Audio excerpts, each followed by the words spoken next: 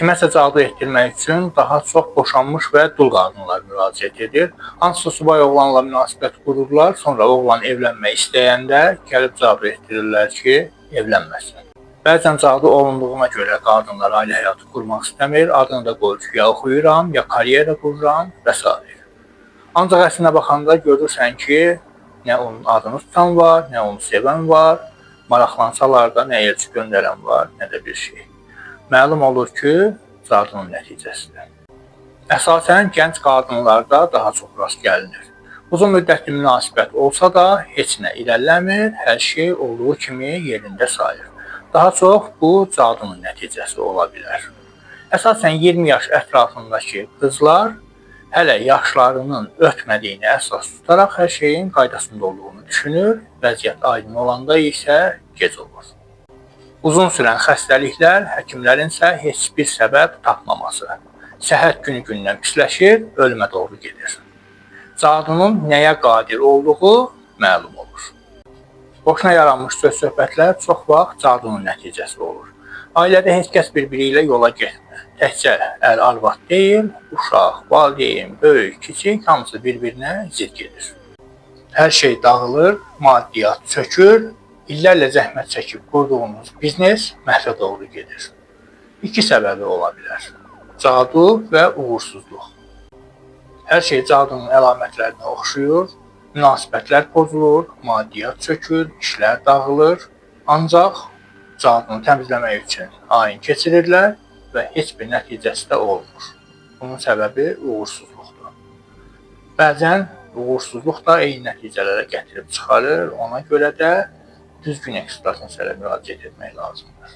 Normal ekstrasens öz hissiyatı ilə baxır. Ad, şəkil, doğum tarixinə baxıb nə olduğunu deyə bilməlidir.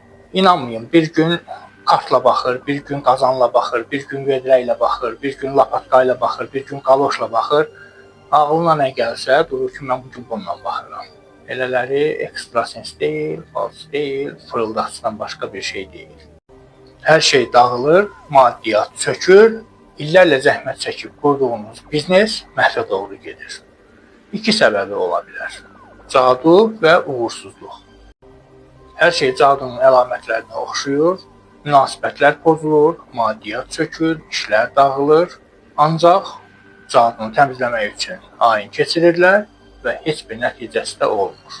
Bunun səbəbi uğursuzluqdur. Bəzən uğursuzluq da eyni nəticələrə gətirib çıxarır, ona görə də düzgün ekstrasenslərə müraciət etmək lazımdır. Normal ekstrasens öz hissiyatı ilə baxır. Ad, şəkil, doğum tarixinə baxıb nə olduğunu deyə bilməlidir.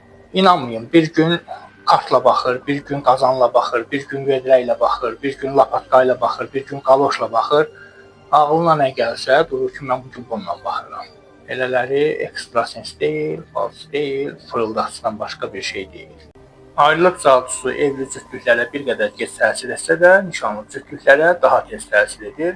Səbəbi isə münasibətlərin hələ tam möhkəmlənməməsidir.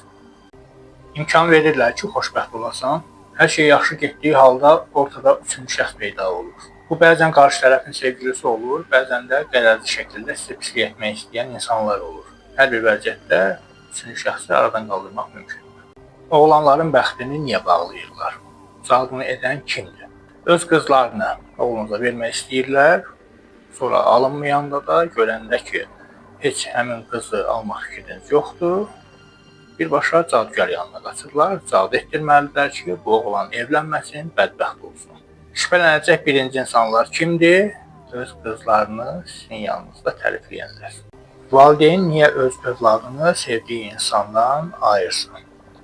Bəzən gənclər illərlə bir-birini sevir, münasibət ciddiləşdirməyə gəldikdə isə valideynlər buna qarşı çıxırlar.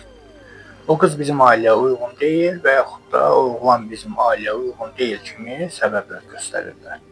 Və birbaşa cadugar yanına qaçırlar ki, sevgililəri bir-birindən ayırsınlar. Bəzən də cütlüklər özü ekstrasensə müraciət edir ki, valideynlərin dilini ağzını bağlayıb onları razı salsınlar. Sevgili olurlar, nişanlı olurlar, evlənirlər, boşanırlar, bədbəxt olurlar. Sonra da gəlirlər, baxdırsınlar görək, səbəbi nədir? Bəzən kənardan müdaxilə edən insanlar da olmur, əməl cadı da olmur. Sadəcə münasibətdə olan uyğunsuzluq olur. Ancaq bunu vaxtında baxdırsaydılar, heç bu yola çıxmazlar və bədbəxt olmazlar. Valideynlər cadı ilə övladın ailəsini idarə etməyə çalışır. Bunu edən oğlan valideynləri olsa da, daha çox qız valideynləri bunu etməyə çalışır. Oğlanı ələ alıb, öz valideynlərindən uzaqlaşdırmağa çalışır ki, istədiyi kimi idarə edə bilsinlər. Bu, bəzən vaxt uzun müddətli davam etsə də, bəzən ailələrin dağılmasına səbəb olur.